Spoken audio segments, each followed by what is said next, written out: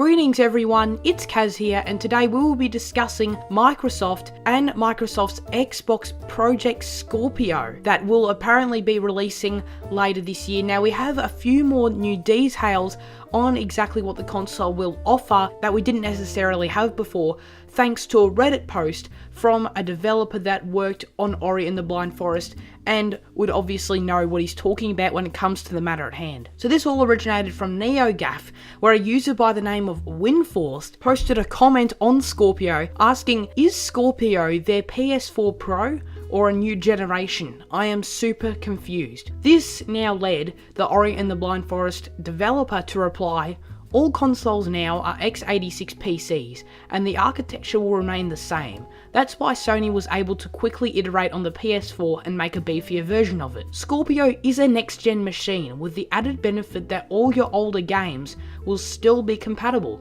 From this point on, similar to PCs, you'll not lose your library when you buy a next-gen system. I guess since NeoGaf is confused, Microsoft will need to do a little work to make it clear to everyone that Scorpio isn't a half-assed upgrade, which the PS4 Pro kind of is, but a full-blown next-gen machine that's just backwards compatible to your current library. Now the first thing I have to mention is that I 1000% agree with this dude, this developer, saying that the messaging needs to be spot on, because right now it's actually all over the shop, which is not great for Microsoft. If a hardcore audience of gamers, like those that would be active on NeoGaf, are a little bit confused about the Scorpio, then that means pretty loud and clear that Microsoft is going to have to do some things to make it very clear on what they believe the Scorpio is moving forward, especially since its release is very imminent. Now obviously we already knew that Scorpio is billed to be the most powerful console ever, which is fantastic because the fact that this is a substantial upgrade over the original Xbox One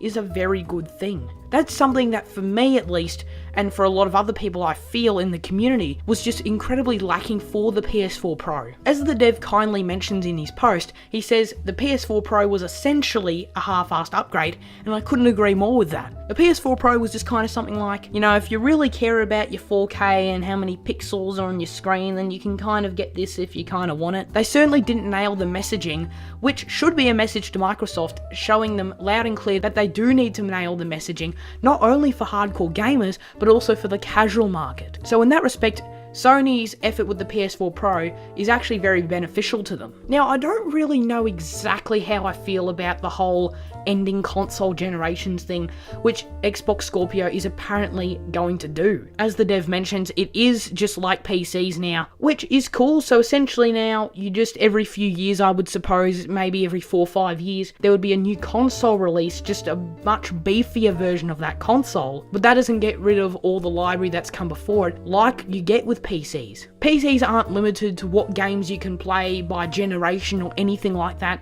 So if Microsoft is going in that direction, then I suppose that's a good thing. I'm not 100% sure. I guess I'll have to see how it pans out first. Another question is, if that is exactly what Microsoft is planning to do, which seems likely at this point, will Sony want to follow up and do the same with their PlayStation 5 or whatever it may be? Will they be willing to do the same thing and follow their competition in that respect? I would assume they'd have to for the market's sake, but I don't know if I can directly speak to that right now. Something else Microsoft needs to do that PS4 Pro failed to do is communicate the benefits of the console, perhaps if you aren't invested in 4K and a 4K TV.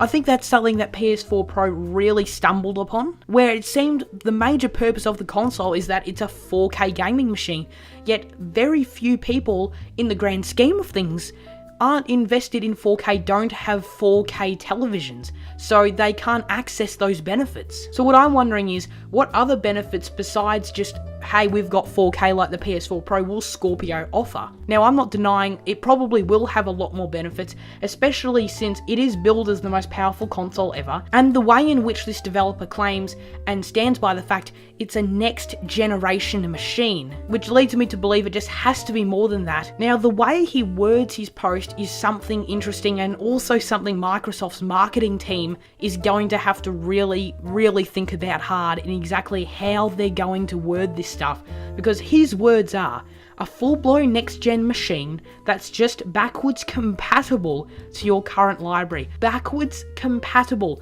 Now, that is a problem in the messaging. In the original Project Scorpio reveal at E3, Microsoft refused to use the terms backwards compatible because that term essentially invokes the fact that they are still going with console generations. So they're gonna have to find a way to tell the consumer it's not backwards compatible, it all just becomes one marketplace on the Xbox family. That's just an interesting tidbit I thought I would discuss today. We're gonna get obviously all the new information on Scorpio and exactly what it is and what its real name will be, all at E3 this year. But I am personally happy that, according to this dude, which I have no reason to not believe, that it's not a half-assed upgrade like the PS4 Pro was. I think the PS4 Pro was a half-assed upgrade, and it just gave me no reason to even think about or consider buying one. So if the Scorpio isn't that, then that means they're certainly going in the right direction. So what do you guys think of Project Scorpio? Make sure you let me know in the comments below. Are you excited for E3 and all the news we're going to get on it? But that's enough from me. Thank you all very much for watching, and I'll see you all in the next video. Farewell.